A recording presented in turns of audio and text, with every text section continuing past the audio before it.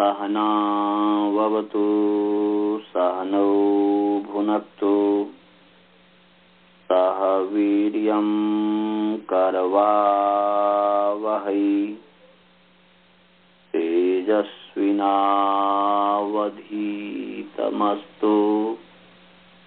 मा विद्विषावहै। ओम शांति शांति शांति। चलिए जी,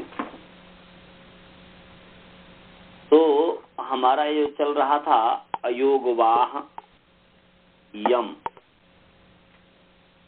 बस दो सिद्धांत है, दो तरीके का सिद्धांत है और दोनों के संबंध में हमने आपको बता दिया है। ऋषिदान जी के आधार पर यम के संबंध में तीन तरीके का सिद्धांत है। एक तो जो पंचम वर्ण के परे रहते, जो पूर्व के सदृश वर्ण है उसको यम कहते हैं, उसका उन्होंने खंडन किया है। साथ साथ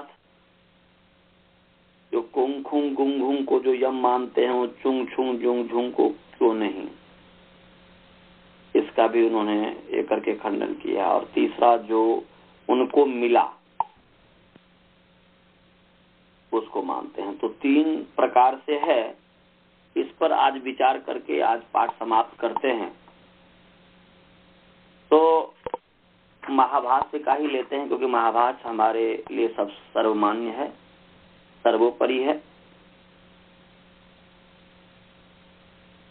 पीछे बतलाया गया था कि महाभाष्य में लिखा हुआ कि इदम विचार्यते इमे अयोगवाहा न क्वचित उपदिश्यन्ते श्रूयन्ते च। बोल रहे हैं कि अब इस पर ये विचार। अभी आपकी आवाज कट कट के आ रही है। जी, आपकी आवाज कट कट के आ रही है। हम मेरे को ही है कि या औरों को भी है? कट के आवाज आ रही है क्या लोगों को? बल्ला जी मेरे ख्याल मेरे को तो ठीक ठाक आ रही है। मुझे भी ठीक ठाक आ रही है। तो एक बार दोबारा फिर करके देखिए। काट के दोबारा लगाइए। दोबारा काट के लगाइए। करता हूँ। हाँ, आज बारिश बहुत हो रही है, इसलिए हाँ, पता नहीं शायद उसकी हाँ, इस कारण भी होगा। ध्यान से आज सुनेंगे, क्योंकि आज पाठ समाप्त कर रहा हूँ और इस पर मैंने जो भी तैयारी किया है उसके आधार पर मैं महाभाष्य की संगति लगाने का प्रयास करूंगा। तो महाभाष्य का जो हयवर्ट सूत्र है, उस हयवर्ट सूत्र के ऊपर ये अयोगवाह के संबंध में विचार किया गया है। बोलते इमे अयोगवाह न क्वचित उपदिश्यन्ते। ये जो अयोगवाह हैं, कहीं पर भी इसका उपदेश नहीं किया गया हुआ है। माने कहीं का मतलब ये हुआ कि शास्त्र में जो सूत्र है उस सूत्र में इसका उपदेश नहीं किया गया हुआ है। म्यूट कर लेंगे जी, म्यूट कर लेंगे सुमन जी, क्योंकि डिस्टर्ब हो रहा है। म्यूट कर लेंगे सुमन जी। हाँ, तो मैं बता रहा था कि अयोगवाह जो है, कह रहे हैं महर्षि पतंजलि जी, भगवान पतंजलि जी कह रहे हैं महाभाष्य में कि ये जो अयोगवाह है न क्वचित उपदिश्यन्ते, ये कहीं उपदिष्ट नहीं है। कहीं उपदिष्ट नहीं है का मतलब क्या हुआ कि ये शास्त्रों में, शास्त्र माने जो प्रत्याहार सूत्र है, वर्णों का जहां पर उपदेश किया गया हुआ है, जो माहेश्वर सूत्र है उसमें उसका उपदेश नहीं है। अश्रूयन्ते च, और उसमें सुनाई भी नहीं देते हैं। तो तेषाम कार्यार्थ उपदेश कर्तव्य। तो इसलिए जो अयोगवाह है, इनका जो है कार्य के लिए उपदेश करना चाहिए। इसको जो है कार्य के लिए, भाई कार्य तो होता है, व्यवहार में तो मतलब ये सुनाई देता है तो व्यवहार में है, परंतु ये शास्त्र में जो व्याकरण शास्त्र है उस व्याकरण शास्त्र में कहीं पर भी उपदिष्ट नहीं है और न कहीं सुनाई दे रहा है। तो इसलिए उनका जो है कार्य के लिए हमें उपदेश करना चाहिए, ये कहा। तो फिर प्रश्न किया पूर्व पक्षी ने कि के पुनः अयोगवाह, भाई वे अयोगवाह फिर क्या है, वो अयोगवाह कौन से हैं, कैसे हैं? तो वो कौन से हैं? तो बोल रहे हैं कि विसर्जनीय जिह्वा मूलियो पद्मानीयानुस्वार नासिक्य यमाः। अब यहाँ पर पिछले बार हमने जो विचारा था और इस पर कहा था कि जो विसर्जनीय एक हो गया, जिह्वा मूलीय 2 हो गया, उपपद्मानीय 3 हो गया, अनुस्वार 4 हो गया, नासिक्य 5 हो गया, यम 6 हो गया। इस पर अरुण जी ने कहा था कि यहाँ पर अनुनासिक्य उसमें दिया हुआ, अनुनासिक्य ऐसा दिया हुआ। तो कोई बात नहीं, पाठ भेद हो सकता है, पाठ भेद होता है, परंतु अर्थ में कोई भेद नहीं होगा। तो विसर्जनीय, जीवामूलीय, उपपद्मानीय, अनुस्वार, नासिक्य और यम 6 हैं। तो इस पर नासिक्य के संबंध में हमें विचार करना चाहिए और साथ साथ नासिक्य के साथ साथ जो अनुस्वार है, अनुस्वार के संबंध में भी शास्त्रों में विचार किया गया हुआ है। एक ऋक् तंत्र है, उस ऋक् तंत्र में पहला अध्याय का 2 पाद का 3 सूत्र है।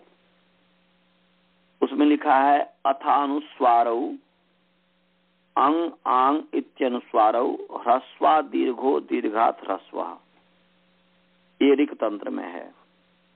और याज्ञवल्क्य जो शिक्षा है उसमें 63वां जो श्लोक है, 63 जो श्लोक है, उसमें लिखा हुआ है ह्रस्वाद अग्रे भवेत् दीर्घो दीर्घात अग्रे भवेत् लघु संयोगे च परे ह्रस्वः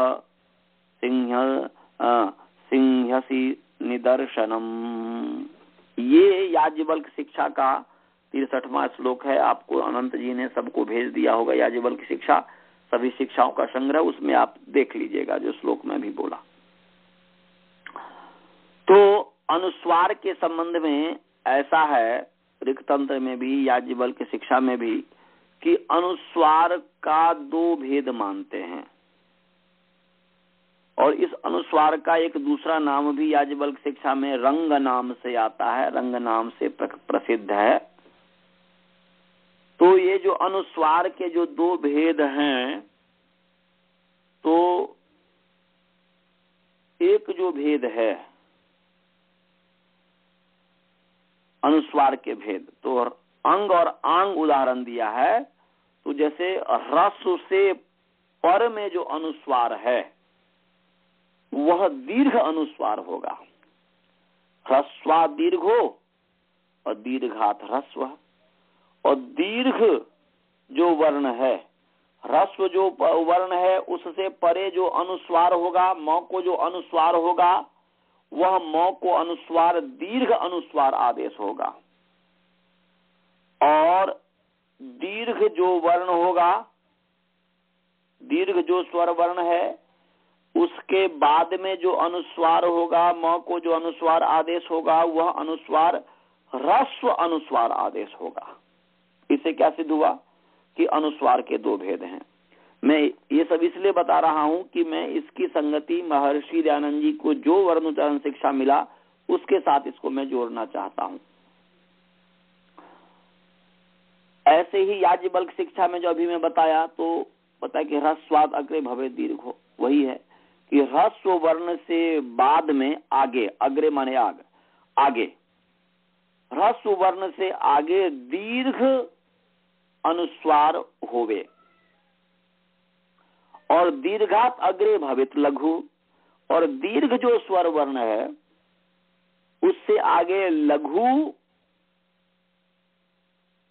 अनुस्वार आदेश होवे।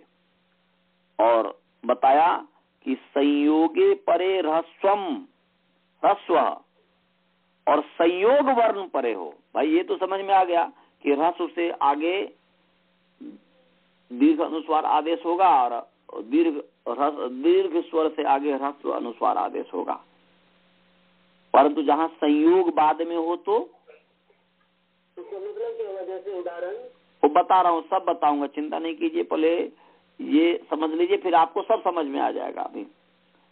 अभी तो मैं केवल शब्दार्थ कर रहा हूं कि संयोगे परे ह्रस्व और संयोग हो, संयोग का मतलब है हलनंतरा संयोग, दो व्यंजन के बीच में ह्रस्व का न होना।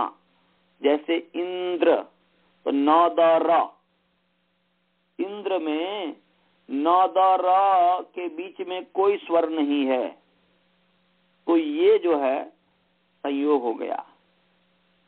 ऐसे ही सन्नो देवी रभिष्टया, तो सन्नो देवी रभिष्टया, हालांकि यहाँ पर ये नहीं होगा, तो सम और न है, परंतु ये करना चाहें तो ओ है बाद में और न डबल न है, तो न के बीच में कोई स्वर नहीं है, तो वह संयोग हो जाएगा। परंतु वहां संयोग का कोई न कोई कार्य होना चाहिए। इंद्र हो गया, मित्र हो गया, मित्र में पर का संयोग है, अर्थात कहने का अभिप्राय संयोग का अर्थ है कि हलोनंतरा संयोग, अज भी रविता हल संयोग संज्ञा स्यु, अचों से स्वरों से रहित जो हल है अर्थात व्यंजन है उसका नाम संयोग है। तो वह संयोग परे हो तो ह्रस्व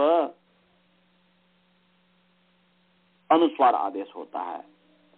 उसमें उदाहरण इन्होंने दिया है महर्षि याज्ञवल्क्य ने अपने शिक्षा में कि सिंही असि, तो त्वम सिंही असि निदर्शनम माने उदाहरणम, तो त्वम सिंही असि, तो सिंही और असि है, तो इको नीचे लग गया है, इको य हो गया तो ह्यसी बन गया, तो सिंहसी।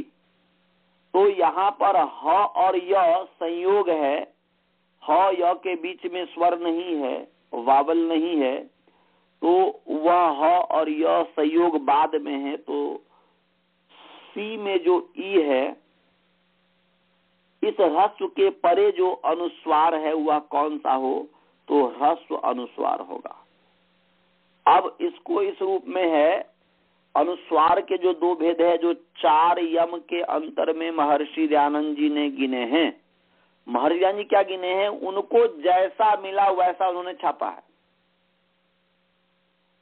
और पाणिनीय शिक्षा नाम से वही प्रसिद्ध है, और उसके माध्यम से जो वर्तमान समय में अर्वाचीन जो पाणिनीय शिक्षा अतः शिक्षाम प्रवक्ष्यामि उसका खंडन किया है, बोला कि ये पाणिनीय शिक्षा नहीं है, ये पाणिनीय मतानुसार है।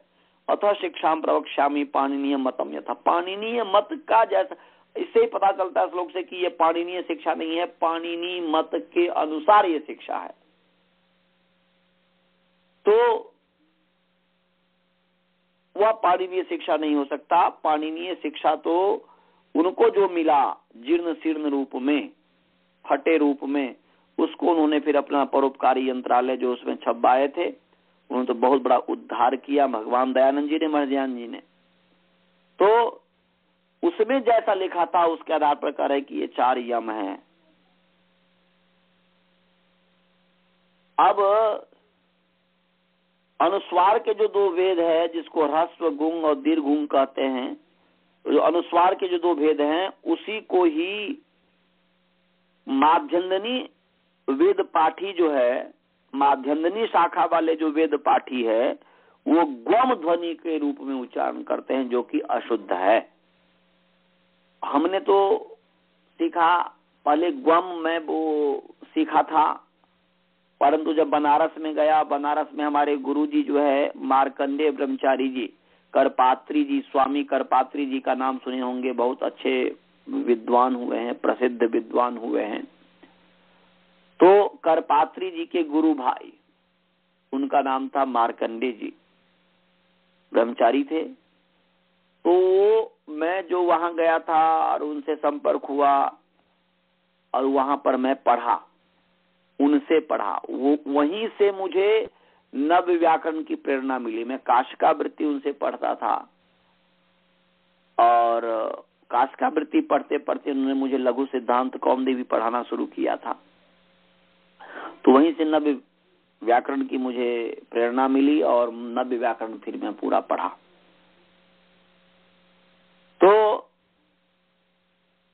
मार्कंडेय ब्रह्मचारी जो हमारे गुरुजी जो है, उन्होंने बताया कि ग्वंग उच्चारण अशुद्ध है और गुंग शुद्ध है। तो हमें उन्होंने बताया था कि गणानाम त्वा गणपति गुं हवामहे, प्रियाणाम त्वा प्रियपति गुं हवामहे, निधि नाम त्वा निधिपति गुं हवामहे। तो वहां पर गुं उच्चारण उन्होंने हमें सिखाया था। परंतु कुछ व्यक्ति ग्वंग उच्चारण करते हैं, ग्वम उच्चारण करते हैं, परंतु युधिष्ठिर मीमांसक जी की दृष्टि में अशुद्ध है। अनुस्वार यमानासिक क्या वो ध्यान में रख करके, और बहुत उस पर उन्होंने टिप्पणी की हुई है, उसको आपको पढ़ना हो तो पढ़ लीजिएगा। तो उस अनुस्वार के जो दो भेद है, एक भेद समझाने के लिए मैं गुंग का उच्चारण कर रहा हूं, ह्रस्व गुंग और दीर्घ गुंग। तो जैसे गणा नाम त्वा गणपतिम, पतिम है, तो गणा नाम त्वा गणपतिम हवामहे। तो गणपतिम में ई है और आगे म हलंत है, उस म को अनुस्वार होता है मोनुस्वार से। अब वो जो अनुस्वार आदेश होगा और बाद में हकार है, हवामहे का हकार है, तो वह अनुस्वार कौन सा अनुस्वार हो, ह्रस्व अनुस्वार हो या दीर्घ अनुस्वार हो। तो वहां पर कह रहे हैं याज्ञवल्क्य जी कि ह्रस्व वर्ण से परे जो अनुस्वार आदेश होगा वह दीर्घ अनुस्वार आदेश होगा। क्योंकि गणपति में जो ई है तो उसके आगे जो अनुस्वार होगा वो दीर्घ आदेश होगा। अर्थात ऐसे चंद्र बिंदु की तरह बनाइए, ऊपर बिंदी की दीजिए और नीचे में ऐसे चिन्ह कर दीजिए, जो दीर्घ गुंग कहते हैं। तो दीर्घ गुंग जो है ये आदेश होगा, ऐसा याज्ञवल्क्य जी कहते हैं, ऐसा ऋक् तंत्र में आया है।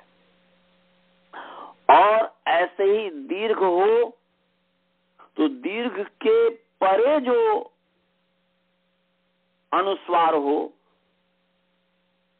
जैसे नदीम, तो नदीम में दीर्घ ईकार है, उसके बाद में म है, अब उसको अनुस्वार हो बाद में हल परे रहते मोनुस्वार इत्यादि से, तो वहां पर जो म को अनुस्वार होगा वह ह्रस्व गुंग आदेश होगा। तो दीर्घ से परे ह्रस्व और ह्रस्व से परे दीर्घ आदेश होता है। तो इससे पता चला कि अनुस्वार दो प्रकार के हैं। सुमन जी अब समझे? दीर्घ से परे ह्रस्व, हाँ, ह्रस्व आदेश, ह्रस्व अनुस्वार आदेश होगा और ह्रस्व से परे दीर्घ अनुस्वार आदेश होगा। अच्छा, समझ गए? हाँ, तो ये है। तो अनुस्वार के दो भेद हैं, ह्रस्व गुंग और दीर्घ गुंग। अब जो है, अब बंद कर लीजिए, आप म्यूट कर लीजिए। कुछ पूछना होगा तो फिर बाद में पूछिएगा। तो अनुस्वार के जो दो भेद हैं, अब उसको आधार मान करके अनुस्वार के दो भेद, फिर अनुनासिक ड़, तो चार वो हो गए और इधर में ये हो गए विसर्जनीय, जिह्वामूलीय, उपधमानीय और अनुस्वार।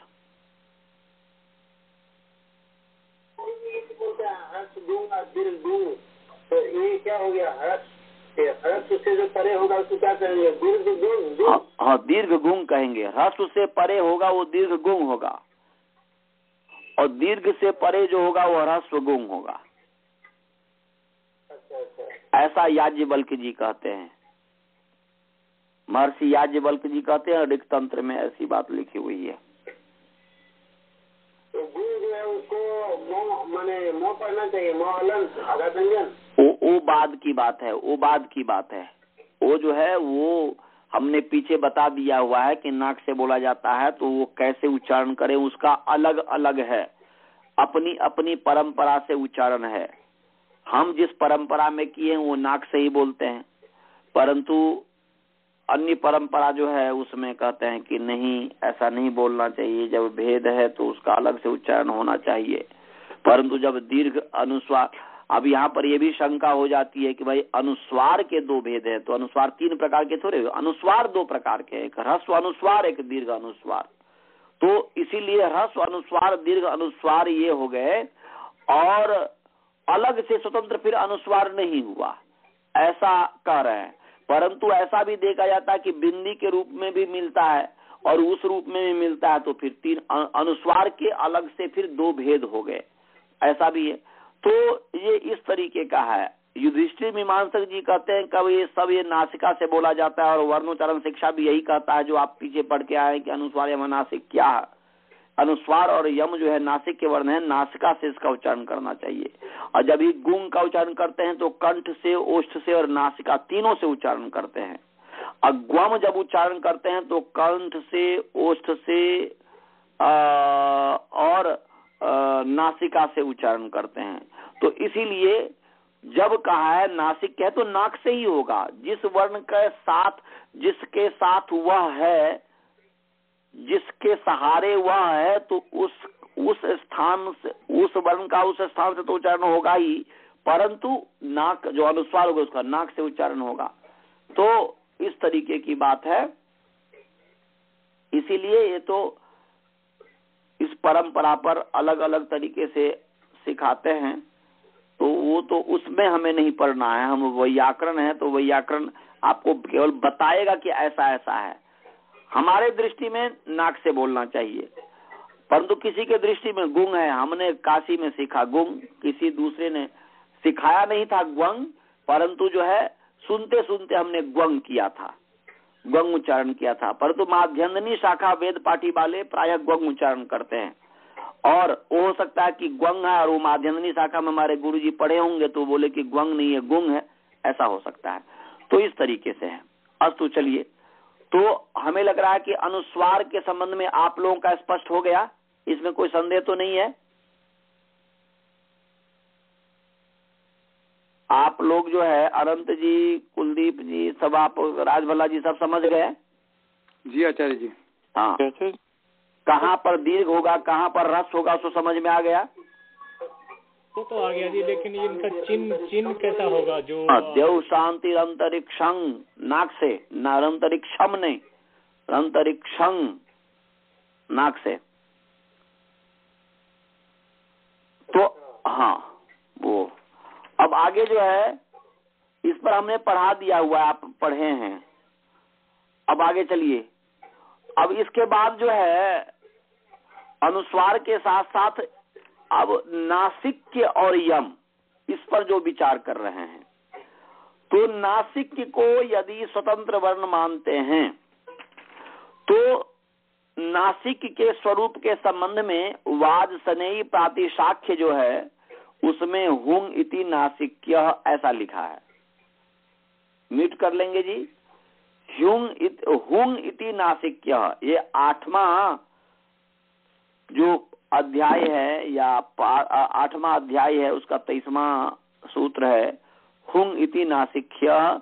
ये वाजसनेय प्रातिशाख्य में बात लिखी हुई है, और ऋक् तंत्र में इसे हुंग इति अनुनासिक, इत्यनुनासिक ऐसा कहा है। पहला अध्याय का दूसरा या पहला अध्याय का दूसरा सूत्र है।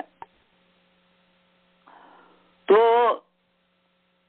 हुंग और हुंग अनुनासिक ये ऐसा कह रहे हैं। उबट ने भी हुंग इति नासिक्य ऐसा कहा है, और उबट जो है वह तो ऋक् प्रातिशाख्य में जो है वो व्याख्या करता, तो उबट के व्याख्या के कई पाठांतर है।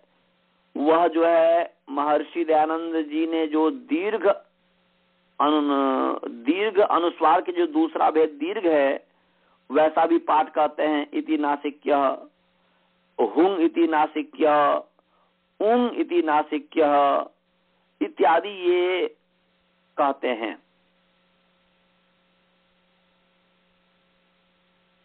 परंतु कि ये जो नासिक्य है, इस तरीके से जो बात है, हम यदि पाणिनीय शिक्षा के अनुसार यदि चिंतन करते हैं, विचार करते हैं कि 8 अयोग वाह है, तो इसमें नासिक्य को यदि यम का विशेषण बना देते हैं, क्योंकि अनुस्वार यमा नासिक्य आपने पीछे पढ़ा है, तो नासिक्य वर्ण अलग से स्वतंत्र वर्ण है। हुंग इति नासिक्य इत्यादि ये सभी समाप्त हो जाता है, शंका ही समाप्त हो जाती है। यदि नासिक्य को यम का विशेषण बना दिया जाए कि भाई जीव विसर्जनीय, जीवा मूलीय, उपपदमानीय और अनुस्वार, ये 4 हो गया, और नासिक्य यम, तो नासिक्य जो यम वर्ण है, तो ये फिर जो है 5 हो गए, 6 नहीं हुआ, तो 5 जो हो गए, तो नासिक्य यम जो है, तो यम वैसे यम 8 है, अनुस्वार यम नासिक्य माने यम जो है नासिक्य वर्ण है, तो यम जो नासिक्य वर्ण है, तो नासिक्य यम का विशेषण हो गया कि नासिक्य यम है। तो यम वैसे 4 है, तो उसमें आप देखे होंगे ल को छोड़ करके जो 3 जो है वह नासिका से बोले जाते हैं, ल को नहीं बोले जाते हैं। इसमें भी तो शंका हो ही जाती है, भाई जब नासिक के यम है तो वो क्यों नहीं नाक से बोला जाता है, उसको भी बोलना चाहिए। अग्नि मीड़े न करके मीड़े ऐसा करना चाहिए। जो भी है ये विचारणीय विषय है, चिंत्य है, इस पर चिंतन करना चाहिए, विचारना चाहिए। तो जो नासिक के यम है, जब ऐसा कहते हैं तो 8 यम तो है ही, उसमें से 3 तो नासिक है ही, रसगुंग, दीर्घगुंग और अनुनासिक, और ल जो है ये अलग है, तो ये नासिका से नहीं है परंतु 4 के अंतर्गत है। तो ये सब जो है अयोगवाह है। नासिक के यम, नासिक के विशिष्ट यम अयोगवाह है, और ल भी अयोगवाह है, क्योंकि वह भी, उसका भी उपदेश नहीं है, परंतु वह सुनाई देता है, वह आदेश इत्यादि होता है। तो अब इस पर जो है हम इतना ही कहना चाहते हैं, ऋषि दयानंद जी के अनुसार हम विचार करते हैं कि जैसे ये जो पंचम वर्ण परे रहते, जो पूर्व के सदृश जो वर्ण है, बहुत सारे जगह ऋक्तंत्र इत्यादि या जो प्रातिशाख इत्यादि में जो कहा है कि उसका आगम हो जाता है, वह नासिका के सदृश है, उसमें स्वतंत्र वर्ण हो जाता है। तो स्वतंत्र वर्ण कैसे होगा जी? स्वतंत्र वर्ण तो हो ही नहीं सकता। आप यदि व्याकरण की दृष्टि से सोचते हैं, जैसे पलिकनी सिद्धांत कौमुदी का या कोई भी व्याख्याकार प्रायः यही इसी पर शास्त्रार्थ करता है। पलिकनी को यदि हम व्याकरण की दृष्टि से सोचें तो पलिकनी नी अकाना संयुक्त दीर्घ इकार है, तो अनचीच सूत्र है अष्टाध्यायी का एक, वो कहता है कि अचा परा यरोद्वेस्त न तू अची, स्वर के बाद में यर जो वर्ण है उसको द्वित्व होता है, अच परे न हो तब, तो यर जो वर्ण है उसको द्वित्व होता है अच से उत्तर। तो पलिकनी में जो न में ई है उसके बाद में क है, उसको विकल्प से द्वित्व होता है। अच न बाद में नहीं है, न अच नहीं है, व्यंजन है। तो यहां पर क का ही द्विवचन हुआ है, तो क तो स्वतंत्र वर्ण है और उसी का ही वह क है, तो वह वर्णांतर कैसे हो पाएगा? इसलिए ऋषि दयानंद जी ने जो हेतु दिया है ये गलत हेतु नहीं है। ऋषि दयानंद का हेतु जबरदस्त है, इसका उत्तर आज तक किसी ने दिया नहीं, भले ही वैसे ही जो है बस विचार करते जाए, वैसे ही किया जाए। क्योंकि जब हम व्याकरण की दृष्टि से जब सोचते हैं, हाँ, यदि अनचित से नहीं होता, वैसे ही कोई आगम हो जाता या कुछ हो जाता, तब ये कहा जा सकता था। परंतु यहाँ पर अनचित से विकल्प से होता है, पक्ष में एक बार द्विवचन हो जाता है और एक बार नहीं होता है। तो जब पक्ष में द्विवचन हो जाता है तो क हो गया। अब क हो गया तो क का ही तो क वर्ण है, उसको ही द्विवचन किया है, अलग से तो कोई नहीं आया। और पंचम वर्ण है, और पंचम वर्ण परे रहते हुआ क को द्विवचन हुआ। यदि क को द्विवचन नहीं होगा तब भी उसमें अनुनासिकत्व धर्म है। और क्या अनुनासिकत्व धर्म होने से वह स्वतंत्र वर्ण हो जाता है क्या? और यदि अनुनासिकत्व वर्ण धर्म होने से यदि स्वतंत्र वर्ण यदि मान लिया जाए, तो मैं ये कहता हूं, फिर मैं ये हेतु देता हूं कि यवला द्विधा आपने पढ़ा है या जो व्याकरण पढ़े होंगे, नहीं तो आगे पढ़ेंगे कि य व ल दो प्रकार के हैं। अब य व ल दो प्रकार के हैं, तो य व ल ल, तो क्या य व ल स्वतंत्र वर्ण है क्या? वो य का ही भेद है। उसमें अनुनासिकत्व धर्म आने पर भी वह स्वतंत्र वर्ण नहीं है। तो जैसे वहां पर उसको स्वतंत्र वर्ण नहीं माना जाता है, अनुनासिकत्व धर्म य व ल आने पर भी, ऐसे ही जब क में पलिकनी में क में अनुनासिकत्व धर्म आ गया तो स्वतंत्र वर्ण कैसे हो सकता है? इसलिए ऋषि दयानंद जी का जो हेतु है ना, जो तर्क है ना, बहुत बड़ा जबरदस्त है। इसका कोई अभी तक खंडन नहीं किया है। हाँ, इतना का तो खंडन किया है कि ल के संबंध में खंडन किया है कि अनुस्वार यमा नासिक क्या, कि यह नासिक है तो ल जो है क्यों नासिक के नहीं है। परंतु ऋषिदास जी ने उसकी व्याख्या ही ऐसी की है कि ल को छोड़ करके अन्य जो है वो नासिका से बोले जाते हैं। अब वो किस आधार पर उन्होंने किया होगा, क्योंकि वह नासिका से नहीं बोला जाता है, तो उसको ध्यान में रख करके उन्होंने किया होगा। क्योंकि कभी कभी होता है, इस तरीके की बात होती है कि जिसकी बहुलता होती है उसका ही नाम ले लिया जाता है। तो चार जो नासिक के वर्ण है, माने चार जो यम वर्ण है, उसमें जो ह्रस्व गुंग दीर्घ गुंग और अनुनासिक, ये अधिक बहुलता इसकी है। एक है केवल, तो बहुलता के कारण नासिक कह दिया गया। परंतु जब हम व्याख्या करेंगे तो व्याख्यान तो विशेष प्रतिपत्तिर न ही संदेहाद लक्षणम, सबसे परिभाषा, सबसे पहली परिभाषा है पारिभाषिक सूत्र में कि जब कहीं पर भी कोई संदेह हो, जैसे कि अई उण में भी न है, लण में भी न है, कहाँ पर पूर्व नकार से ग्रहण करें, कहाँ पर नकार से ग्रहण करें, क्या वर्ण की कमी थी, वर्ण की कमी थी महर्षि पाणिनि के पास, भगवान पाणिनि जी के पास वर्ण की तो कमी थी नहीं, परंतु यहाँ पर दोनों नकार पढ़ करके संदेह पैदा कर दिया, तो क्या किया जाए? तो इसी दो नकार से पता चलता है कि व्याख्यान से हमें पता करना चाहिए कि कहाँ पर पूर्व नकार से ग्रहण होगा, कहाँ पर नकार से ग्रहण होगा। इस परिभाषा को उद्भव करने के लिए ही, इस परिभाषा को उत्पन्न करने के लिए ही महर्षि पाणिनि ने दो नकार संदेहात्मक नकार पढ़ा है कि हमारा शिष्य जान ले कि जैसे यहाँ पर हमने दो नकार पढ़ा है और यहाँ पर संदेह होता है तो यहाँ पर व्याख्यान किया जाएगा, ऐसे पूरे अष्टाध्याय में जहाँ पर भी आपको संदेह हो तो ऐसा नहीं समझ लेना कि हमने गलत लिख दिया है। हमने प्रातः काल उठ करके समाधिस्थ हो करके परमात्मा के साथ मिल करके असंप्रज्ञात समाधि संप्रज्ञात समाधि को प्राप्त करके और परमात्मा के साथ कनेक्शन करके हमने इसको लिखा है।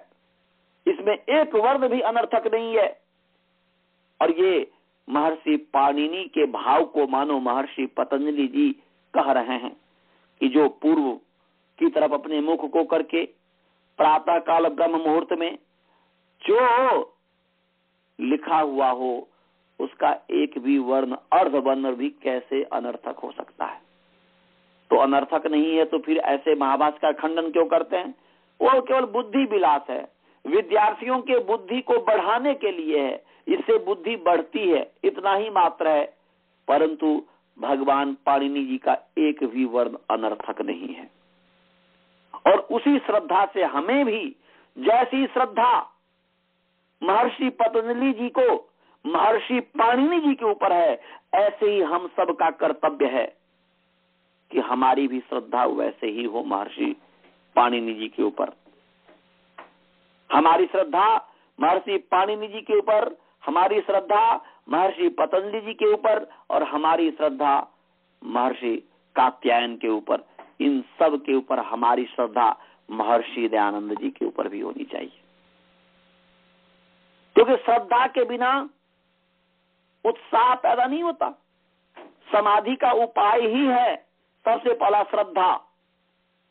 क्योंकि समाधि यदि हम प्राप्त करना चाहते हैं, दो प्रकार की असंप्रज्ञात समाधि है, एक भव प्रत्यय नामक असंप्रज्ञात समाधि, दूसरा है उपाय प्रत्यय नामक असंप्रज्ञात समाधि। और उपाय प्रत्यय नामक असंप्रज्ञात समाधि होती ही है श्रद्धा से, वीर्य से, स्मृति से, समाधि से और प्रज्ञा से। उसमें सबसे पहले श्रद्धा जरूरी है। श्रद्धा के बिना हम कोई भी चीज आगे नहीं बढ़ सकते, हमारे अंदर उत्साह ही नहीं आ सकता। श्रद्धा से ही उत्साह आता है।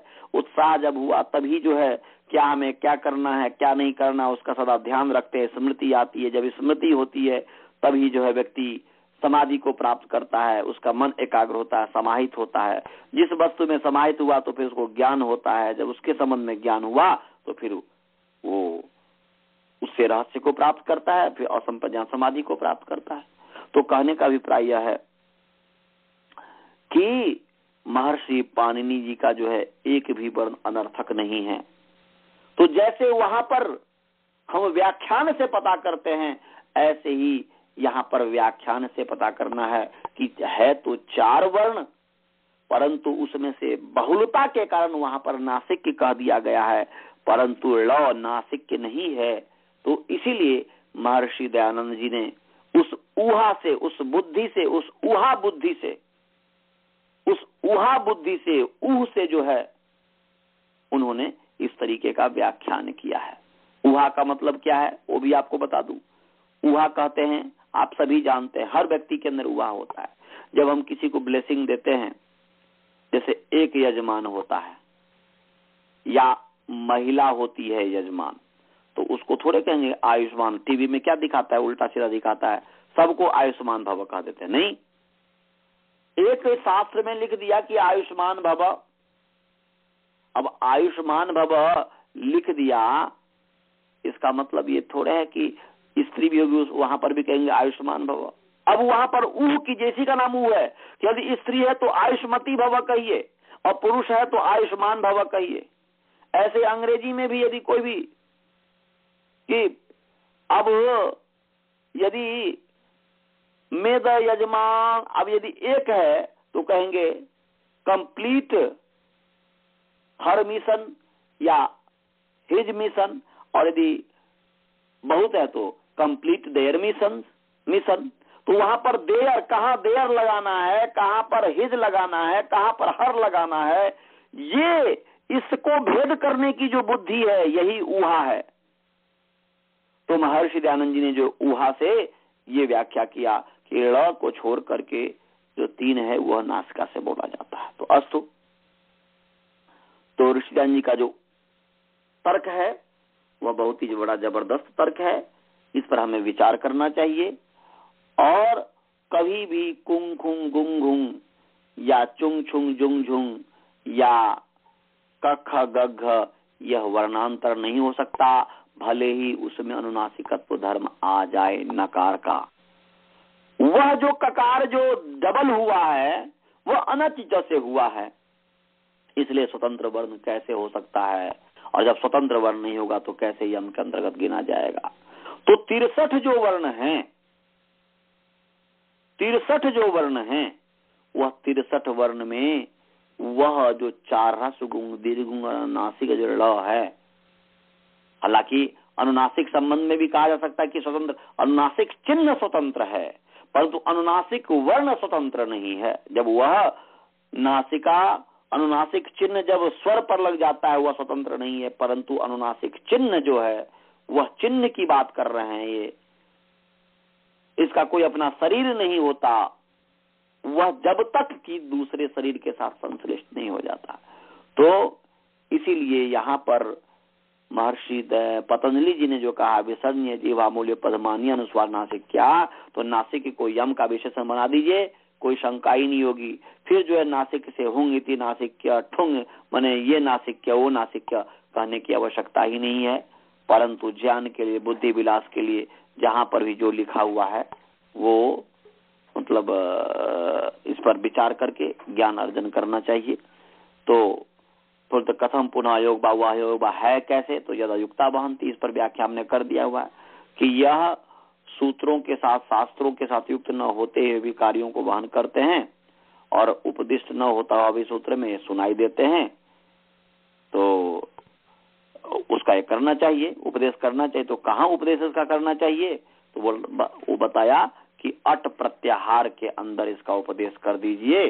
कहिए कि अट प्रत्याहार के अंदर में ये आता है, तो उरह माने अयोगा नाम अटसूर्णत्वम, अयोगवाहों का उपदेश अयोगवाह नाम अट प्रत्याहार में, अयोगवाहों का उपदेश अट अयोगवाहों का उपदेश अट प्रत्याहार में कर देना चाहिए। क्यों, नत्व करने के लिए। तो अयोगवाह नाम उपदेश कर्तव्य किम प्रयोजनम नत्वम उरह किरण उरह किरण उरह पेण उरह पेण।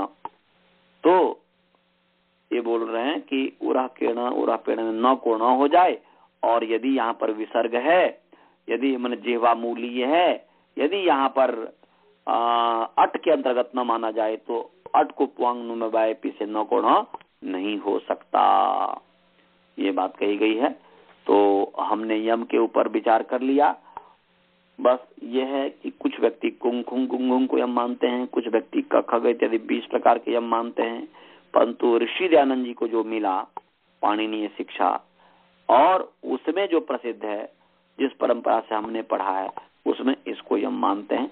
अब जिसकी जैसी बुद्धि है, जिसको जैसा ये है, उसके आधार पर वह मानने या न मानने से हम इसको मानते हैं, कोई कख ग को मानता है। पढ़ाते तो हम सब हैं, जैसे हम ये भी पढ़ाते हैं, हमने आपको भी पढ़ाया है और आगे फिर पढ़ाऊंगा कि अयुन रिल की पाणिनीय सूत्र है, और महाभाष्य का प्रमाण मैं दिया हूँ कि महाभाष्य में ये जो है अयोच सूत्र पर जो कहा कि प्रत्याहार अनुबंधा नाम कथम ग्रहणे सुना आचारा प्रधान लोपश्च बलवत्तर।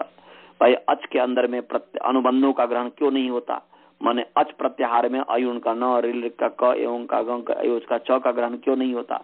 तो उसमें बहुत सारे उत्तर दिए, उसमें से एक दिया आचारात, और आचारात का मतलब व्यवहारात, और आचारात का तो वहां पर कह रहे हैं कि आचार्यस्य शैली लक्ष्यते। सीधे महर्षि पतंजलि ने कहा आचार्य का मतलब पूरे दुनिया का व्यक्ति, चाहे वह माहेश्वर सूत्र मानने वाला वो भी या कोई भी सूत्र मानने वाला वो भी, वहां पर धोखा से आचार्य का अर्थ पाणिनि ही कर दिया। आचार्य का अर्थ पाणिनि ही है।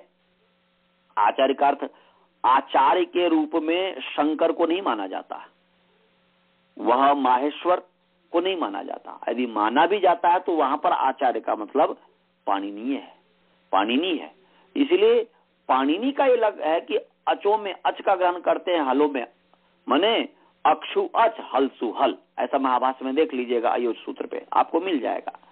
तो ये आचार्य पाणिनि का ही है, परंतु ये माहेश्वर सूत्र भी ऐसा भी कहते हैं कि पाणिनि जी ने वैसा का वैसा ही स्वीकार कर लिया हुआ है।